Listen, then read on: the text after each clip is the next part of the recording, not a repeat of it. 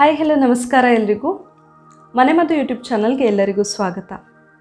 ಈ ಮುಂಚೆನೇ ನಾನು ಒಂದು ವಿಡಿಯೋದಲ್ಲಿ ಆಕ್ಸಿಜನ್ ನಮ್ಮ ದೇಹದಲ್ಲಿ ಕಡಿಮೆ ಆಗಬಾರ್ದಾದ್ರೆ ನಾವು ಅದನ್ನ ಹೇಗೆ ಮೇಂಟೈನ್ ಮಾಡಬೇಕು, ಏನು ಮಾಡಬಾರ್ದು ಅನ್ನೋದೆಲ್ಲ ಹೇಳಿದ್ದೆ. ಆದರೆ ನಾವು ಕೆಲವೊಂದು ಫುಡ್ಗಳನ್ನು ಅಂದರೆ ಹಣ್ಣು ಇರಬಹುದು, ತರಕಾರಿ, ಸೊಪ್ಪು, ಕೆಲವೊಂದು ಹಣ್ಣು ತರಕಾರಿ ಸೊಪ್ಪುಗಳನ್ನು ತಿಂದರೆ ನಮಗೆ ಆಕ್ಸಿಜನ್ ಲೆವೆಲ್ ಕೊರತೆ ಆಗೋದನ್ನು ಅಥವಾ ಆಕ್ಸಿಜನ್ನ ಕೊರತೆ ಆಗೋದನ್ನು ದೇಹದಲ್ಲಿ ತಪ್ಪಿಸಬಹುದು. ಆಕ್ಸಿಜನ್ ಹೇರಳವಾಗಿ ಸಿಗುವಂತಹ ಕೆಲವೊಂದು ಸೊಪ್ಪು, ತರಕಾರಿ ಮತ್ತು ಹಣ್ಣುಗಳು, ಅವುಗಳನ್ನು ಹೇಳ್ತಾ ಹೋಗ್ತೀನಿ. ಯಾವ್ದ್ಯಾವುದು ಅದರ ಬೆನಿಫಿಟ್ಸ್ ಏನು, ನಮಗೆ ಯಾವ ರೀತಿ ಆಗುತ್ತೆ ಅಂತ ಹೇಳಿ. ಆ ಹಣ್ಣು ತರಕಾರಿಗಳೆಲ್ಲ ಯಾವುದು ಅಂತ ನೋಡಬೇಕಂತ ಹೇಳಿದರೆ ಈ ವಿಡಿಯೋನ ಪೂರ್ತಿ ನೋಡಿ. ಹಾಗೆ ನೀವು ಯಾರಾದರೂ ಇನ್ನು ನನ್ನ ಚಾನಲ್ನ ಸಬ್ಸ್ಕ್ರೈಬ್ ಮಾಡಿಲ್ಲ ಅಂದರೆ ಪ್ಲೀಸ್ ಸಬ್ಸ್ಕ್ರೈಬ್ ಮಾಡಿ, ಹಾಗೆ ಪಕ್ಕದಲ್ಲಿರುವ ಬೆಲ್ ಐಕಾನ್ನ ಕ್ಲಿಕ್ ಮಾಡಿ. ದೇಹದಲ್ಲಿ ಆಕ್ಸಿಜನ್ ಕೊರತೆ ಆದರೆ ಎಷ್ಟೊಂದು ಪ್ರಾಬ್ಲಮ್ ಆಗುತ್ತೆ ಅಲ್ವಾ. ಸೊ ಆಕ್ಸಿಜನ್ ಕೊರತೆ ಆಗಬಾರ್ದಂತ ಹೇಳಿದರೆ ನಾವು ಕೆಲವೊಂದು ಫುಡ್ಗಳನ್ನು ಜಾಸ್ತಿ ತಿನ್ನಬೇಕಾಗತ್ತೆ. ಇದರಿಂದಾಗಿ ನಮ್ಮ ದೇಹದಲ್ಲಿ ಆಕ್ಸಿಜನ್ ಲೆವೆಲ್ ಸಾಕಷ್ಟು ಪ್ರಮಾಣದಲ್ಲಿ ಇರುತ್ತೆ. ಸೊ ಅಂಥ ಫುಡ್ಗಳು ಯಾವುದು, ಹಣ್ಣು, ಸೊಪ್ಪು, ತರಕಾರಿಗಳು ಯಾವುದು ಅನ್ನೋದನ್ನು ಹೇಳ್ತಾ ಹೋಗ್ತೀನಿ. ಮೊದಲನೇದಾಗಿ ಪಾಲಕ್ ಸೊಪ್ಪು.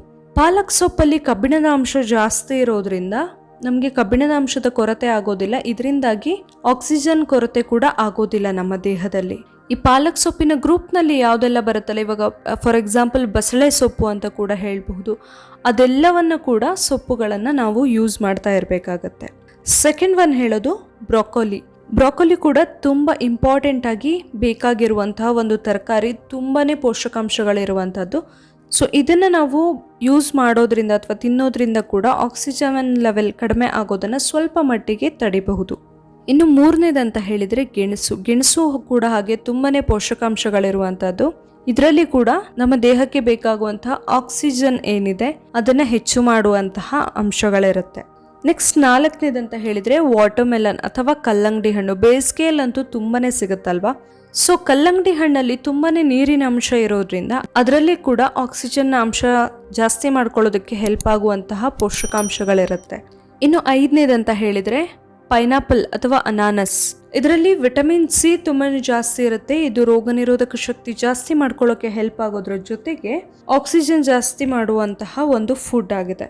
ಇನ್ನು ಆರನೇದು ಹೇಳ್ತಾ ಇರೋದು ಲೆಮನ್ ಅಥವಾ ನಿಂಬೆಹಣ್ಣು. ನಾವೆಲ್ಲರೂ ನಾರ್ಮಲ್ ಆಗಿ ಯೂಸ್ ಮಾಡ್ತೀವಿ. ವಿಟಮಿನ್ ಸಿ ತುಂಬ ಜಾಸ್ತಿ ಇರುವಂತಹ ಒಂದು ಆಹಾರ ಪದಾರ್ಥ ಇದು. ಇದನ್ನು ಕೂಡ ನಾವು ಅವಾಗವಾಗ ಬಳಸ್ತಾ ಇರೋದ್ರಿಂದ ನಮ್ಮ ದೇಹದಲ್ಲಿ ಆಕ್ಸಿಜನ್ನ ಕೊರತೆ ಉಂಟಾಗಲ್ಲ. ಇನ್ನು ಏಳನೇದಂತ ಹೇಳಿದರೆ ಬೀಟ್ರೂಟ್. ಇದರಲ್ಲಿ ಕಬ್ಬಿಣದ ಅಂಶ ಜಾಸ್ತಿ ಇರುತ್ತೆ, ಜೊತೆಯಲ್ಲಿ ನಮ್ಮ ಬ್ಲಡ್ ಇಂಪ್ರೂವ್ಮೆಂಟ್ಗೆ, ಬ್ಲಡ್ ಸರ್ಕ್ಯುಲೇಷನ್ಗೆ ಹೆಲ್ಪ್ ಆಗುತ್ತೆ. ಹಾಗೆ ದೇಹದಲ್ಲಿ ಹಿಮೋಗ್ಲೋಬಿನ್ ಜಾಸ್ತಿ ಆಗೋಗೆ ಕೂಡ ಹೆಲ್ಪ್ ಆಗುತ್ತೆ. ಹಿಮೋಗ್ಲೋಬಿನ್ ಜಾಸ್ತಿ ಆದಾಗ ಏನಾಗುತ್ತೆ, ದೇಹದ ಪ್ರತಿ ಅಂಗಕ್ಕೂ ಆಕ್ಸಿಜನ್ ಸಪ್ಲೈ ಕರೆಕ್ಟಾಗಿ ಆಗುತ್ತೆ. ಆವಾಗ ಆಕ್ಸಿಜನ್ ಕೊರತೆ ಉಂಟಾಗಲ್ಲ ನಮ್ಮ ದೇಹದಲ್ಲಿ. ಇನ್ನು ಎಂಟನೇದು ಅಂತ ಹೇಳಿದರೆ ಬೆಳ್ಳುಳ್ಳಿ ಒಂದು ತುಂಬಾ ಇಂಪಾರ್ಟೆಂಟ್ ಆಗಿ ನಮ್ಮ ದೇಹಕ್ಕೆ ಬೇಕಾಗುವಂತಹ ಒಂದು ಮಸಾಲೆ ಪದಾರ್ಥ ಅಂತಲೇ ಹೇಳಬಹುದು. ಇದರಿಂದ ನಮಗೆ ಬೇರೆ ಬೇರೆ ರೀತಿಯಲ್ಲಿ ಹೆಲ್ಪ್ ಆಗುತ್ತೆ. ಇಲ್ಲಿ ಇಂಪಾರ್ಟೆಂಟ್ ಆಗಿ ನಾನು ಹೇಳ್ತಾ ಇರೋದೇನೆಂದರೆ ಆಕ್ಸಿಜನ್ ಲೆವೆಲ್ ಕಡಿಮೆ ಆಗದೆ ಇರೋ ಥರ ನೋಡ್ಕೊಳ್ಳುವಂತಹ ಒಂದು ಮಸಾಲೆ ಪದಾರ್ಥ ಇದು. ಇನ್ನು ಒಂಬತ್ತನೇದು ಹೇಳ್ತಾ ಇರೋದು ದಾಳಿಂಬೆ. ನಮಗೆಲ್ಲರಿಗೂ ಗೊತ್ತಿರೋ ಹಾಗೆ ದೇಹದಲ್ಲಿ ರಕ್ತ ಶುದ್ಧಿ ಆಗೋದಕ್ಕೆ ಇರಬಹುದು, ರಕ್ತ ಜಾಸ್ತಿ ಆಗೋದಕ್ಕೆ ಇರಬಹುದು, ಎಲ್ಲದಕ್ಕೂ ಹೆಲ್ಪ್ ಆಗುವಂತಹ ಒಂದು ಹಣ್ಣು. ಇದರಿಂದ ಕೂಡ ಏನಾಗುತ್ತೆ, ರಕ್ತ ಎಲ್ಲ ಕರೆಕ್ಟಾಗಿ ಸರ್ಕ್ಯುಲೇಟ್ ಆಗ್ತಾ ಇದ್ದಾಗ ದೇಹದಲ್ಲಿ ಆಕ್ಸಿಜನ್ ಕೊರತೆ ಉಂಟಾಗಲ್ಲ, ಆಕ್ಸಿಜನ್ ಕೂಡ ಕರೆಕ್ಟಾಗಿ ಸಪ್ಲೈ ಆಗುತ್ತೆ. ಸೊ ಇದರಿಂದ ಕೂಡ ನಾವು ಆಕ್ಸಿಜನ್ ಕಡಿಮೆ ಆಗುವ ಭಯದಿಂದ ದೂರ ಇರಬಹುದು.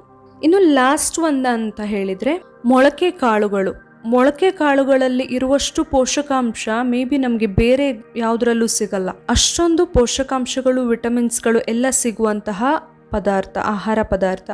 ಮೊಳಕೆ ಕಾಳುಗಳನ್ನು ನಾವು ಆದಷ್ಟು ಕೋಸಂಬರಿ ಥರನೋ, ಕರಿ ಮಾಡುವಾಗಲೋ ಏನೋ ಬೇರೆ ಬೇರೆ ಥರದಲ್ಲಿ ಯೂಸ್ ಮಾಡಬಹುದು.